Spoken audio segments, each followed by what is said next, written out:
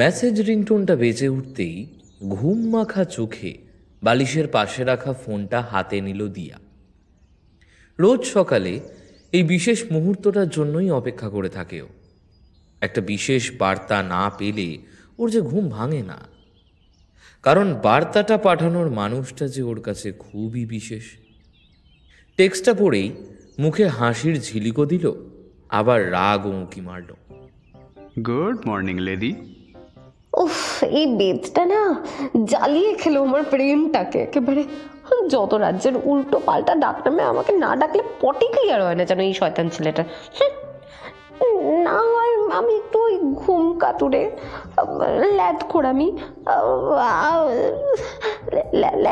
তো আমার ডিএনএতেই লেখা, তাই বলে নিজের গার্লফ্রেন্ডকে কেউ সাত সকালে এই বিচ্ছিরি নামে ডেকে ঘুম ভাঙায়? ছি!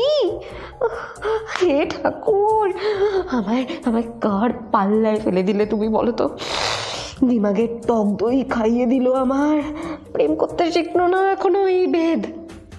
রাগ, আফসোস, সব রকম অনুভূতির চচ্চড়ি পাকিয়ে কপাল চাপড়াতে চাপড়াতে বেদের নম্বরটা ডায়াল করতে লাগলো দিয়া। আজ একটা এসপার না হয় ওসপার করেই ছাড়বে, পাগলটার একটু ডোজ দরকার।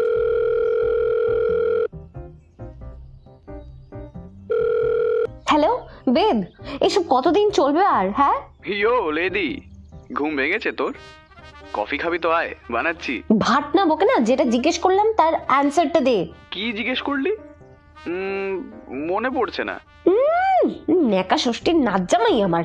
এসব অ্যাক্টিং না অন্য কারোর কাছে করিস। হ্যাঁ বলছি, আমায় আর কতদিন তোর বেস্ট ফ্রেন্ডসদের মতো ট্রিট করে যাবি? এসব উল্টো পাল্টা ডাকনাম ইউজ করা এবার কবে থামাবি বলতো? থামা প্লিজ, এবার থামা, দয়া করে এই জিনিসগুলো থামা। আমার একটা পিতৃদত্ত নাম আছে, দিব্যাঙ্কা গাঙ্গুলি। সেটা বলতে পারলে ভালো, না হলে কিন্তু আমি পালাবো তোকে ছেড়ে, এই বলে দিলাম। পালিয়ে যাবিটা কোথায়? কারণ তোর মতো প্রোডাক্টকে হ্যান্ডেল করা কারো পক্ষে সম্ভব না। আমি বলে তাই তোর প্রপোজাল অ্যাকসেপ্ট করেছি। অন্য কোনো ছেলে হলে কবেই ভাগতো। অ্যান্ড ফার্স্ট অফ অল, এসব দুষ্টুমিগুলো করা আমার ম্যানুফ্যাকচারিং ডিফল্ট। এসব বন্ধ করতে হলে বেদান্ত সেন শর্মা পেটে গ্যাস হয়ে মরে যাবে। আর সেকেন্ডলি, বড়রাই তো বলে যত খারাপ নাম দিয়ে ডাকবে তত কম নজর লাগবে। তাই তোকে এসব বিচ্ছিরি নামে ডাকি। অবশ্য তোকে যা পেতনি মার্কা দেখতে, নজর লাগার সম্ভাবনা খুবই কম। ওই চুপ বে, আমার পেতনি বলছিস যে? নিজেকে আয়নায় তাকিয়ে দেখেছিস একবারও? কেমন বাঁদর মুখো দেখতে একটা। মাঝে মাঝে মনে হয় কি যে মানে কি দেখে ভালোবেসেছিলাম ভাই? হ্যাঁ কি দেখে? আমি তোকে কি করে ভালোবাসলাম যে কিনা এখনো পর্যন্ত ঠিক মতো প্রেম করতেই শিখলো না। বক্সিং খেলার জন্য লম্বা চওড়া বডি বানিয়ে গেলি, অথচ বুদ্ধিতে শান দিতে পারলি না বল? ইডিয়েট একটা।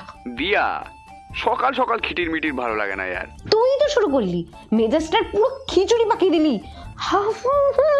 আমায় যাচ্ছে তাই একটা ডাক নাম দিয়ে ঘুম ভাঙিয়ে এখন আমার উপরে ও চিৎকার চেঁচামেচি করছে।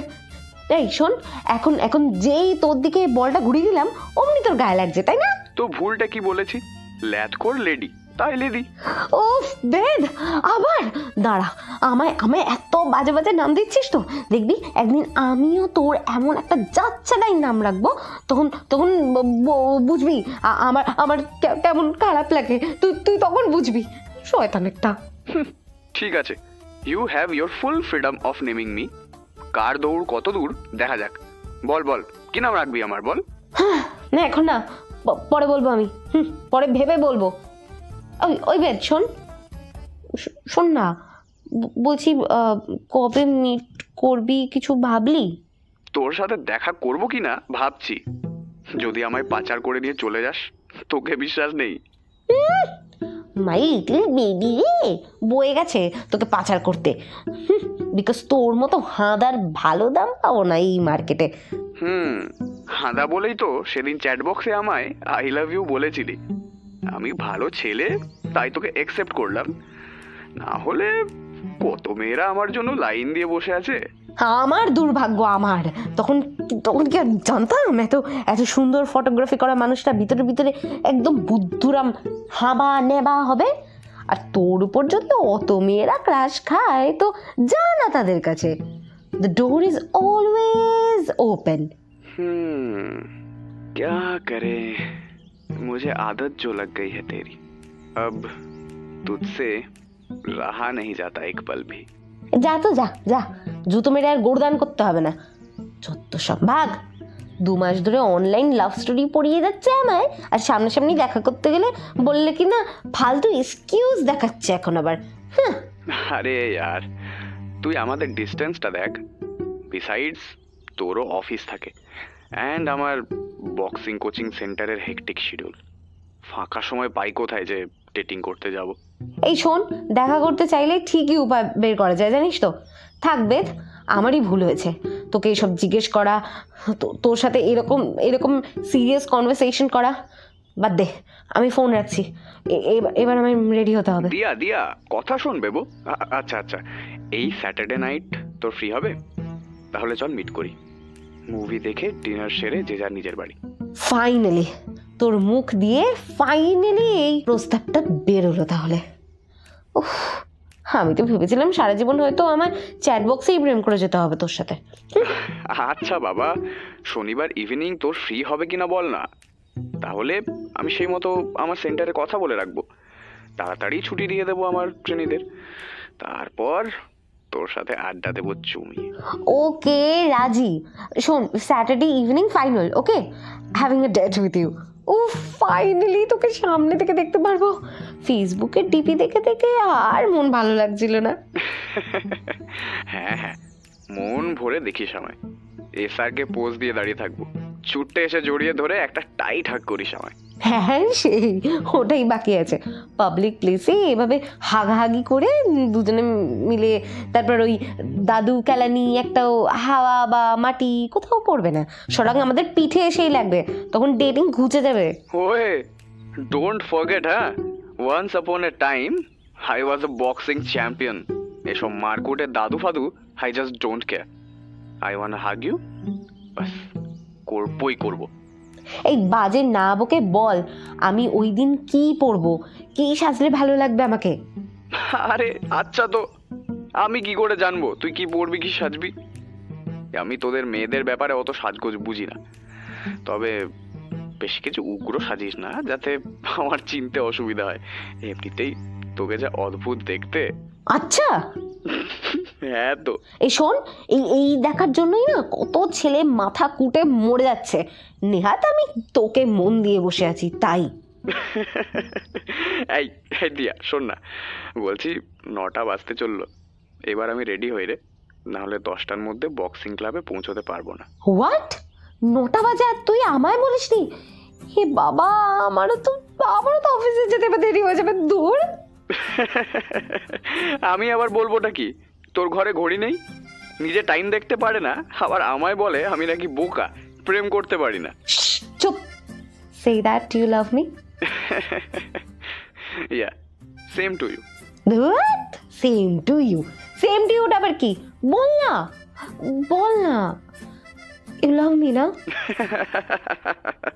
Yeah, love you. বেদ হাসতে হাসতে ফোনটা কেটে দিল। ওদিকে রিয়া কপাল চাপড়াতে লাগলো। ও বাবা রে, এই খ্যাপাটাকে নিয়ে আমি কোথায় যাই? টেরিফিক পার্সোনালিটি একটা। দিয়ার মনে ভেসে উঠতে লাগলো প্রথম আলাপের সেই স্মৃতি।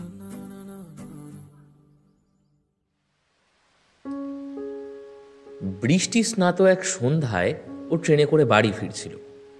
সেদিন ওর সদ্য ব্রেকআপ হয়েছে। দিনটা ছিল রবিবার। কি এক দরকারে ডালহাউসি এসছিল।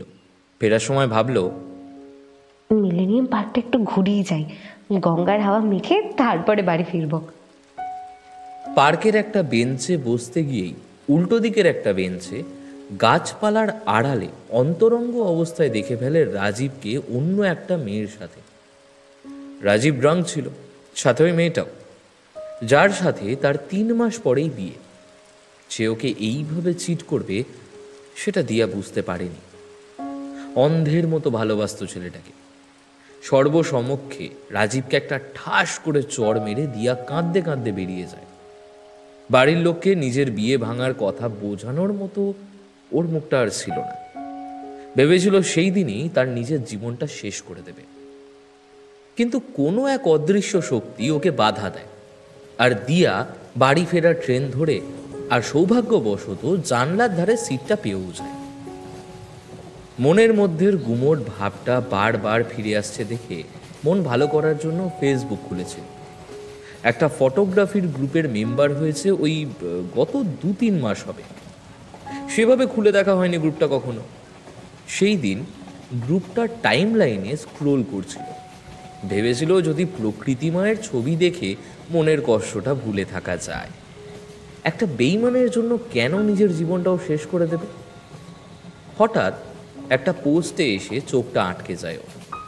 একটা অ্যালবাম, একজন ফটোগ্রাফার পৃথিবীর বিভিন্ন প্রান্তে হওয়া নানান রকমের সূর্যাস্তের দৃশ্য ফ্রেমবন্দি করেছেন। একটা সিরিজের আকারে তিনি পোস্ট করেছেন ছবিগুলো, এক এক দিন এক এক রকম দেশের সূর্যাস্ত।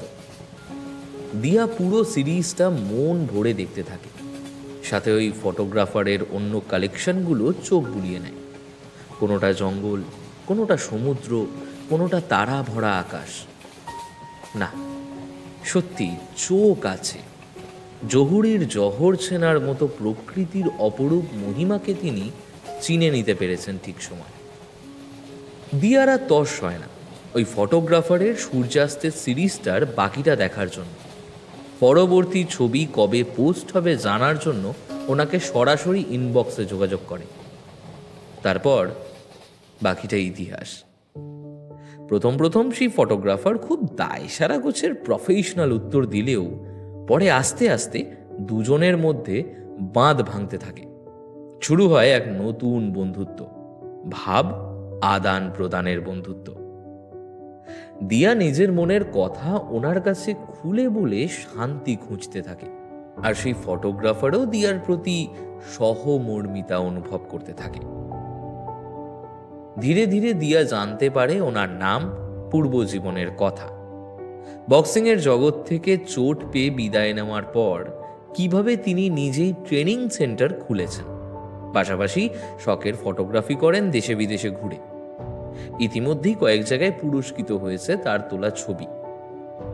দিয়ার সাদা কালো জীবনে বেদ যেন একটা মিষ্টি হাওয়া বয়ে নিয়ে আসে, আর বেদেরও একাকিত্বের অন্ধকারে মাখা সময়গুলো দিয়া আসার পর আলোয় উদ্ভাসিত হয়ে ওঠে। সামনাসামনি না দেখলেও দুজনে দুজনকে নিয়ে একটা সুন্দর জগৎ বানিয়ে তোলে নিজেদের কল্পনার দুনিয়ায়। ভালোবাসার ফুল ফুটে ওঠে মনের গাছে। বেদ আর দিয়া একে অপরের পরিপূরক হয়ে ওঠে সময়ের স্রোতে গা ভাসিয়ে দিয়ে। অবশেষে এবার সেই বেদকে চোখের সামনে দেখতে পারবে, দু হাতে ছুঁতে পারবে।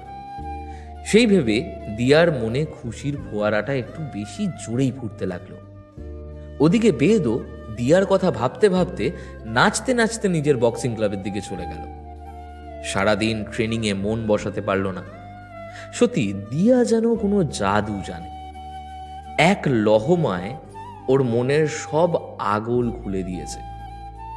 সারা দুনিয়ার কাছে ওর যে রাফ অ্যান্ড টাফ অ্যাটিটিউড, সেটা দিয়ার ভালোবাসার কাছে ভেঙে চুরমার হয়ে গেছে। এখন ও দিয়ার প্রেমে মাতোয়ারা। ছোট ছোট খুনসুটির মধ্যে দিয়ে আপন করে নিয়েছে দিয়াকে। ভগবানের কাছে দিয়ার খুশি ছাড়া অন্য কিচ্ছু প্রার্থনা নেই বেদের। সেই দিয়াকে আর কদিন পরেই কাছে পাবে, দু চোখ ভরে ওকে দেখবে আর হারিয়ে ফেলবে নিজেকে দিয়ার মধ্যে।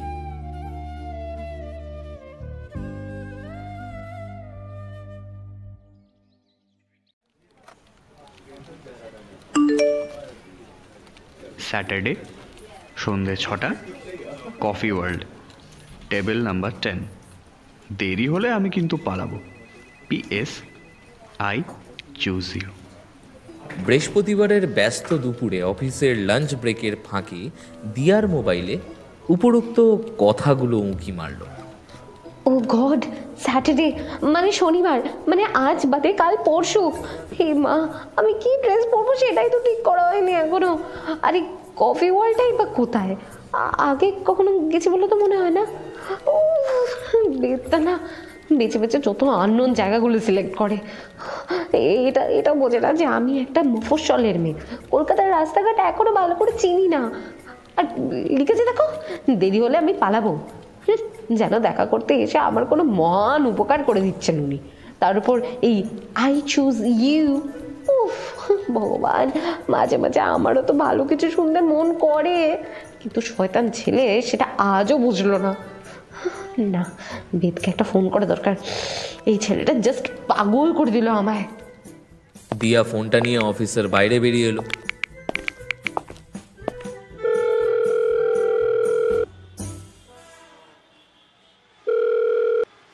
কি রে, তোর অফিস নেই? ফোন করলি কেন দিয়া? দেখ বেদ, এসব প্রাইভেট কোম্পানিতে না একটা লাঞ্চ ব্রেক বলে স্লট থাকে, এখন সেটাই চলছে। অবশ্য তুই এসব জানবি কি করে বল? তুই তো বাড়িতে বসেই ইনকাম করছিস, নিজের বাড়ির নিচেই জিম অ্যান্ড বক্সিং ক্লাব খুলে রেখে দিয়েছিস। যখন নিচে যাচ্ছিস, খিদে পেলে উপরে গিয়ে খেয়ে আসছিস, অন্যদের পিটিয়ে টাকা আয় করছিস। বিন্দাস লাইফস্টাইল তোর। হ্যাঁ রে খেপি, নদীর এপার কহে ছাড়িয়া নিঃশ্বাস, ওপারে স্বর্গসুখ আমার বিশ্বাস। তুই আর কি বুঝবি আমার সারা শরীরে কত ব্যথা অনুভব করতে হয় রোজ রোজ। আরে আচ্ছা আচ্ছা ঠিক আছে, সেদিন মিট করে না হয় আদর করে দেবো, সব ব্যথা সেরে যাবে। বাবা, কে রে তুই? সেদিন বলছিলিস পিডিএ করা পছন্দ করিস না, তা আজ হঠাৎ এত ভোল বদল কেন? Suspicious, highly suspicious. এই বাজে বকিস না তো। শোন না, বলছি এই কফি ওয়ার্ল্ডটা কোথায় রে? আমি আগে কখনো যাইনি। তুই তো জানিস আমি এখনো পর্যন্ত এই শহরটাকে ঠিক মতো চিনতেই পারলাম না, আর তুই এসব আননোন জায়গাগুলোকে ঠিক করছিস মিট করার জন্য। আরে ভিতু, চিনিস না তো কি হয়েছে, চিনে নিবি। মাঝে মাঝে একটু অ্যাডভেঞ্চার করতে শেখ, নতুন জায়গা এক্সপ্লোর করার মজাটাই আলাদা। কফি ওয়ার্ল্ড নতুন হয়েছে, তবে অল্প কদিনেই খুব পপুলারিটি পেয়ে গেছে ওদের কোয়ালিটি অ্যান্ড সার্ভিসিংয়ের জন্য। ভাবছি তোকে নিয়ে ওখানে মিট করব, কফি খেয়ে তারপর আমরা মুভি দেখব, তারপর ডিনার করে তোকে বাড়ি ফেরার ট্রেনে তুলে দিয়েই আমার ছুটি। ডোন্ট ওয়ারি, আমি কোনো কিডন্যাপার নই যে অচেনা জায়গায় তোকে মিট করতে বলবো আর নিজের গ্যাং নিয়ে রেডি থেকে তোকে ধরে নিয়ে পালাবো। শোন, তোকে কফি ওয়ার্ল্ডের অ্যাড্রেসটা টেক্সট করে দিচ্ছি, তাড়াতাড়ি চলে আসবে কিন্তু। হ্যাঁ, আর না আসলে তুই পালাবি, তাই তো? বেকার বসে থেকে কি করব? ক্যাফেতে মশামাছিও নেই যে দাঁড়িয়ে টাইম পাস করব। উফ বেদ, তুই কবে শোধরাবি বলতো ইয়ার, ভালো লাগে না। when the hell will you become serious? বললাম না, ওগুলো আমার ম্যানুফ্যাকচারিং ডিফল্ট, এর কোনো চিকিৎসা নেই। সেই আচ্ছা, এই আই চুজ ইউ এসবের কি মানে হয়? এগুলো কোন লেভেলের পাগলামি? Care to explain? এ মা, সে কি তুই আই চুজ ইউ মানে জানিস না? হে বাবা। আচ্ছা চিন্তা করিস না, সেদিন তোর জন্য একটা ডিকশনারি নিয়ে যাব, সব মানে বুঝিয়ে দেবো। দূর, আমি ফোন রাখছি। তোর যখন আর কিছু বলারই নেই তাহলে আমি যাচ্ছি, কাজ আছে। হ্যাঁ, বলার তো আছেই, অনেক কিছুই আছে, তবে ভাষারা যে আমায় ছেড়ে পালিয়েছে, because I am lost in you.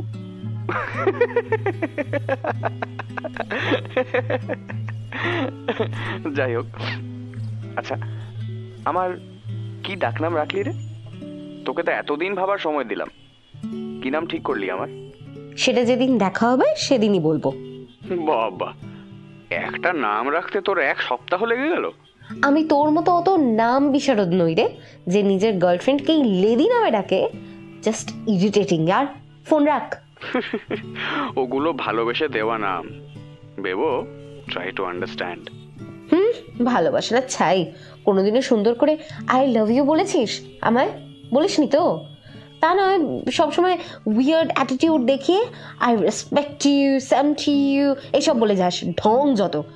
আজকে তো আরো মারাত্মক, আই চুজ ইউ বলি। আমি কি কোনো প্রোডাক্ট নাকি যাকে তুই চুজ করতে হবে? হ্যাঁ, মাঝে মাঝে আমারও কিছু ভালো কথা শুনতে মন করে, সেটা তো তুই এই 2 মাসে বুঝলি না, বাকি জীবনটা তো আরোই বুঝবি না।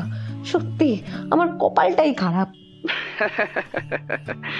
দিয়া, আই হ্যাভ টু গো, আমার স্টুডেন্টরা ডাকছে।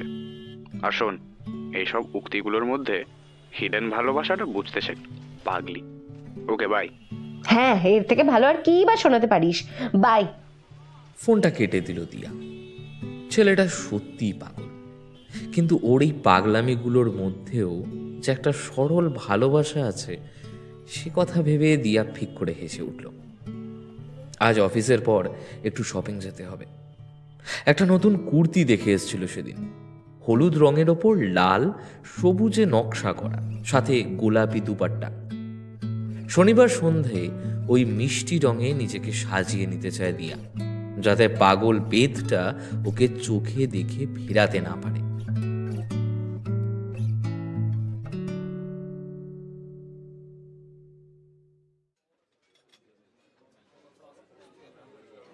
আজ শনিবার। বেদ আগের দিন সারা রাত জেগে দিয়ার জন্য ছবি এঁকে গ্রিটিংস কার্ড বানিয়েছে। সেই কার্ড হাতে কফি ওয়ার্ল্ড ক্যাফের 10 নম্বর টেবিলে বসে গত 1.5 ঘন্টা ধরেও অপেক্ষা করছে, কিন্তু দিয়ার কোনো পাত্তা নেই। ফোন করলে বলছে নট রিচেবল। কি ব্যাপার কি দিয়াটার, এত লেট করছে কেন? 6টায় আসার কথা আর এদিকে 7:30 বাজে। 8টায় মুভি শুরু। এখন কখন বা কফি খাবো আর কখনই বা মুভি দেখবো। সময়ের সঙ্গে সঙ্গে মনের মধ্যে দমবন্ধ ভাব আসতে থাকে বেদের। এভাবেই বেশ অনেকক্ষণ কেটে যাওয়ার পর বেদ মনে মনে ভাবতে শুরু করে, না না না না না, দিয়া দিয়া এইভাবে আমায় মিথ্যে বলে ঠকাতে পারে না। ও এমন ধরনের মেয়েই নয়। তাহলে তাহলে আমি কি কোনো ভুল করলাম মানুষ চিনতে? হাতের গ্রিটিংস কার্ডটাকে দুমড়ে ধরে বেদ গজগজ করতে করতে উঠে বেরিয়ে যাচ্ছিল ক্যাফে থেকে। হঠাৎ একটা দমকা হাওয়ায় ক্যাফের দরজাটা খুলে গেল। বেদ দেখতে পেল দিয়া দাঁড়িয়ে আছে। এ কি দিয়া, এত এত দেরি হলো কেন রে তোর? আমি তো ভাবলাম তুই আসবি না। তোর ভাগ্য ভালো যে আমি এখনো পর্যন্ত অপেক্ষা করছি। আমি উঠে পালাইনি, তুই অনেকটাই লাকি। আসবো না মানে? তোকে যে আমি কথা দিয়েছিলাম, কথা না রেখে চলে গেলে আমার যে অনেক পাপ হবে রে। আর আর ভাগ্যের কথা বলছিস, এসবে আর কিচ্ছু যায় আসে না রে। আমার কপাল বরাবরই পোড়া ছিল, আর পোড়াই থাকবে। এভাবে কথা বলছিস কেন? আর তুই এরকম ছেঁড়া জামা পরে এসেছিস কেন? এরকম বিধ্বস্ত লাগছে কেন তোকে? আয় আয়, বস এখানে বস। তোর তোর কি হয়েছে বলতো আমায়? শরীর ভালো আছে তো? তাহলে বলতে পারতিস আমায়, আজকে ডেটটা আমি ক্যান্সেল করে দিতাম। বস না তুই, আমি গরম কফি অর্ডার দিচ্ছি, খেলে একটু শরীরে এনার্জি পাবি তুই। তারপর না হয় আমরা কথা বলবো। আজকে আর মুভি দেখতে হবে না, চল বস। না রে, আমাদের আর আড্ডা দেওয়া হবে না। আমার হাতে না সময় খুব কম, এক্ষুনি যেতে হবে রে আমায়। ওই দেখ, ওরা ডাকছে আমায়। দিয়া জানলা দিয়ে বাইরে তাকিয়ে উত্তর দিল। বেদ চমকে উঠল দিয়ার কথা শুনে। ওর এলোমেলো অবস্থা দেখে বেদের মনে সন্দেহ জেগে উঠল। মেয়েটার কোনো বিপদ হয়নি তো আসার সময়? একেই তো কলকাতার রাস্তাঘাট সেভাবে চেনে না বেচারি, কিছুই তো বলছে না ঠিক মতো, উল্টে দায় সারা গোছের উত্তর দিচ্ছে বাকলিটা। কি হয়েছে কি ওর? কে ডাকছে? কোথায় যাবি তুই? Diya, don't forget this is our first date. তুই আজকের দিনে অন্য কোনো প্ল্যান রাখতে পারিস না বেবু? This is not fair. Plan কি আর জেনে শুনে বানালাম? হয়ে গেল তো হঠাৎ করে।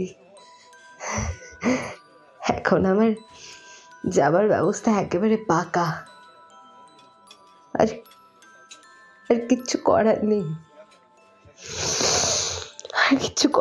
বেদ। এখন সব কিছুই আমার হাতের অনেক বাইরে। আমি শুধু বাকি কাজটা সেরে যেতে এলাম। কি বাকি কাজ? দিয়া, এসব হেয়ালি না করে তুই তুই আমাকে সোজাসুজি বল তো কি হয়েছে। Are you not happy with me? এই রিলেশনশিপটাই তুই হ্যাপি নোস? সত্যি বল, সত্যি বল, তাহলে আমি বরাবরের মতো চলে যাব তোর লাইফ থেকে, আর কোনোদিন তোকে কন্ট্যাক্ট করবো না। তুই তুই আজ ব্রেকআপ করতে এসেছিস নাকি? হ্যাপিনেস, ব্রেকআপ, এসবের প্রশ্ন উঠছে বা কেন Ved? To be honest, you are the best thing that has ever happened to me. But like I said, আমার ভাগ্যে সুখ সহ্য হয় না। তাই তো আজ তোকে আমি পেলাম না তোকে। দিয়া, কি হয়েছে কি তোর? এরকম এরকম উইয়ার্ড বিহেভ করছিস কেন? আচ্ছা আচ্ছা, আমি আই লাভ ইউ বলি না বলে কি অভিমান করেছিস? ওগুলো তো মজা করি রে, সেটাও বুঝিস না পাগলি। আর অভিমান, এই পৃথিবীতে আমার আর কিছুই অবশিষ্ট নেই রে। কিছু থাকলে তো আমি অভিমান করব। গড নোজ, তুই এরকম স্ট্রেঞ্জ বিহেভ কেন করছিস? গড, হ্যাঁ সেই গড, উনি সবই জানেন, তা ওই চুপ করে থাকেন। যাই হোক, আমার না আর বেশি কথা বলার সময় নেই রে, সময় নেই আর আমার কাছে বেদ। এবার না যেতে হবে আমায়। এই দেখ, তোর এই গিফটটা দেওয়ার জন্য এত দূর আসলাম। এনে এটা ধর। দিয়া একটা ঝলমলে রঙিন বাক্স নিয়ে বেদের হাতে দিল। ঠিক আছে, এতই যখন তোর যাবার তাড়া, তখন তোকে আর আটকাবো না। তবে যাবার আগে একটা গুড বাই হাগও কি আমার প্রাপ্য হয় না? বেদ উঠে দাঁড়িয়ে দিয়ার হাত দুটো ধরে ওকে জড়িয়ে ধরল। হঠাৎ একটা ঠান্ডা শিহরণ খেলে গেল ওর সারা গায়ে। দিয়ার শরীরটা এত হালকা লাগছে কেন? হাত দুটো এত অসম্ভব ঠান্ডা। জ্বর হয়নি তো মেয়েটার? আহারে, জ্বর গায়ে দেখা করতে এসেছে দিয়া, ওই জন্যে মনে হয় তখন থেকে এত যাবো করছে। নিশ্চয়ই ডাক্তারের কাছে অ্যাপয়েন্টমেন্ট নিয়ে এসেছে, আর আমি কিনা তখন থেকে ওকে ভুল বুঝে আটকানোর চেষ্টা করে যাচ্ছি। থুর। দিয়া ঠিকই বলেছে, আমি প্রেম করতে শিখলাম না এখনো। দিয়ার মনটা বুঝতেই পারলাম না ভালো করে। থাক, ওকে যেতে দিই আজকের মতো। পরে আবার কোনোদিন দেখা হলে চুটিয়ে প্রেম করব, আর আজকের সব লস, সব সুদে আসলে পুষিয়ে নেব দুজনে মিলে। আমি আসছি বেদ, ভালো থাকিস। আমি আসলাম। I love you Ved, I love you. Diya বেদকে ছাড়িয়ে নিয়ে ক্যাফে থেকে বেরিয়ে গেল। মুখে একটা মিষ্টি অথচ রহস্যময় হাসি লেগে রয়েছে ওর। চোখে একটা অদ্ভুত কাতরতা, বেদনাময় দৃষ্টি, যেন কিছু না পাওয়ার আক্ষেপ। বেদ অপলক দৃষ্টিতে তাকিয়ে রইল দিয়ার দিকে। হঠাৎ ক্যাফের লাইটগুলো দপ করে নিভে গেল। যখন আবার কারেন্ট এলো, তখন বেদ দেখল দিয়া নেই। হাতে দিয়ার দেওয়া গিফটটাও ধরে দাঁড়িয়ে আছে। হঠাৎ মনে পড়ল, এই যা, পকেটে রাখা সেই গ্রিটিংস কার্ডটা, ইস, ওটা তো দেওয়াই হলো না দিয়াকে। আচ্ছা যাকগে, না দেওয়া হয়েছে ভালোই হয়েছে। তখন রাগের বশে ওই কার্ডটাকে দুমড়ে মুচড়ে দিয়েছিলাম। ওই ছেঁড়া কার্ড পেলে দিয়ার খুব কষ্ট হতো। যাই হোক, আবার নতুনভাবে একটা কার্ড বানিয়ে এর পরের বার যখন আবার ওর সঙ্গে দেখা হবে তখনই দিয়ে দেব। এটা নিজের কাছে নিজের পাক্কাওয়ালা প্রমিস। এখন যাই, খুলে দেখি দিয়া কি গিফট এনেছে আমার জন্য। বেদ দেখল বাক্সটার ওপরে লেখা তোর নাম। হো হো করে হাসতে লাগলো বেদ।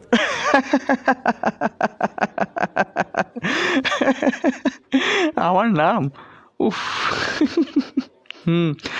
পাগলি বলেছিল বটে, যেদিন দেখা হবে সেদিন আমার ডাক নামটা ঘোষণা করবেও। দেখা যাক কি নাম রাখলো আমার। উত্তেজিত হয়ে তাড়াতাড়ি বাক্সটা খুলে ফেলল বেদ। ভিতরে দেখলো ছোট ছোট এক্লেয়ার্স টফির প্যাকেট ঠাসা, সঙ্গে একটা চিরকুট। কিছু বুঝতে না পেরে হতভম্ব হয়ে বেদ চিরকুটটা পড়তে লাগলো। তোর সাথে এই টফিগুলোর খুব মিল খুঁজে পাই, জানিস তো বেদ? এক্লেয়ার্স টফি যেরকম বাইরেটা খুব শক্ত অথচ ভিতরটা নরম, তুইও ঠিক তেমনই। বাইরে থেকে দেখাস যে তুই কত স্ট্রং, কত টাফ পার্সোনালিটি তোর, রাফ অ্যান্ড টাফ, রাগেড, কিন্তু ভিতরের হাড়টা না তোর খুব সফট। আর এক্লেয়ার্স টফি যেমন বাইরেটা সুইট খেতে লাগে, তোকেও না তেমনই বাইরে থেকে খুব কিউট দেখতে। তাই ভাবলাম তোর ডাক নাম রাখবো এক্লেয়ার্স। কিরে, নাম পছন্দ হয়েছে তো? অবশ্য না পছন্দ হয়ে থাকবে কি করে বল? I am your girlfriend, idiot. নে এবার হাস দেখি। ইতি তোর দিয়া।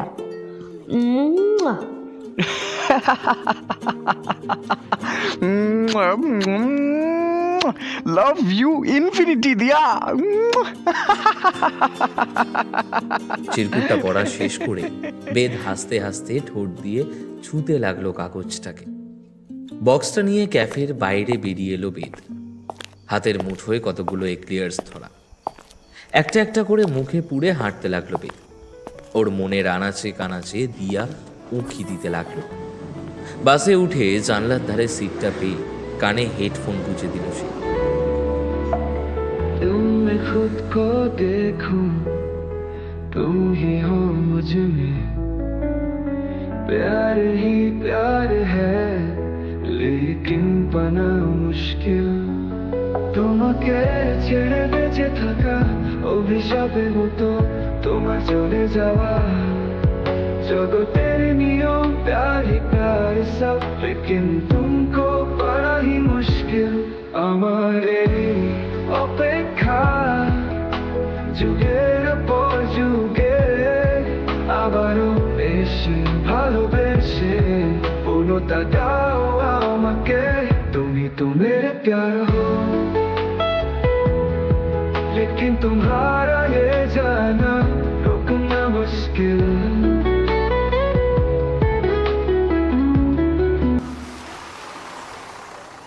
হঠাৎ ড্রাইভার আচমকা ব্রেক কষতে হুঁশ ফিরল বেদের। কোলাহল শুনে বোঝা গেল কাছে পিঠে কোথাও একটা ফ্লাইওভার ভেঙে পড়েছে। হতাহতের সংখ্যা অনেক, তাই পুলিশ এদিকের সব রাস্তা বন্ধ করে দিয়েছে। সুতরাং যাত্রীদের বাকি রাস্তাটা হয় হেঁটে আর না হয় অন্য কোনো উপায় ফিরতে হবে। কিছু কৌতূহলী জনতা বাস থেকে নেমে ধ্বংসস্তূপের দিকে এগিয়ে গেলেন হালচাল দেখার জন্য। বেদও ওদের সঙ্গী হলো, তবে দর্শক হওয়ার জন্য নয়, যদি কোনো সাহায্য করতে পারে অসহায় মানুষগুলোকে সেই জন্য। যদিও পুলিশ যেতে দিচ্ছে না ব্যারিকেড ভেঙে, তাও ফাঁক ফোকর দিয়ে বেদ ঠিক ঢুকে গেল দুর্ঘটনাস্থলের কাছে।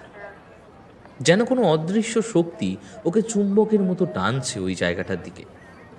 বাকিদের সাথে হাত মিলিয়ে বেদ ছড়াতে লাগলো ভাঙা চোরা পাথর এবং যানবাহনের অবশিষ্টগুলো। হঠাৎ একটা বড় চাঙড় সরাতেই হলুদ কুর্তি পরা একটা নারী দেহ বেদের হাতে ঠেকল। ধুলো মাখা গোলাপি দুপাট্টাতে মুখটা ঢাকা দেহটার। অজানা কোনো এক আতঙ্কে বুকটা কেঁপে উঠল বেদের। এই ড্রেসটা তো, এই ড্রেসটাই তো দিয়া পড়েছিল। কাঁপা কাঁপা হাতে বডিটার মুখের ওপর থেকে দুপাট্টাটা সরালো সে। দিয়া, দিয়া। মুখে হাত দিয়ে ফোপাতে লাগলো। পকেট থেকে এক্লিয়ার্সগুলো বের করে মুখে শক্ত করে চেপে ধরে হাউ হাউ করে কাঁদতে লাগলো বেদ। দিয়া,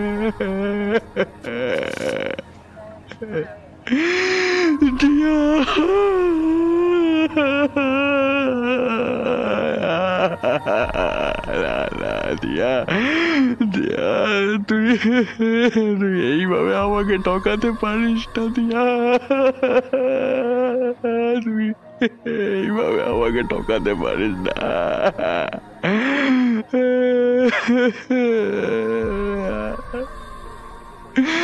I love you, dear. I love you so much. I love you so much, dear. Dear, না না না না দিয়া, দিয়া, আমরা প্রমিস করেছিলাম না ভাইবো, আমরা প্রমিস করেছিলাম না। We will always be on each other's side. We will always be on each other's side, na? Yeah. Always be on each other's side. We promise রাখিসনি, তুই প্রমিস রাখিসনি দিয়া, তুই এইভাবে আমাকে ঠকিয়ে দিলে।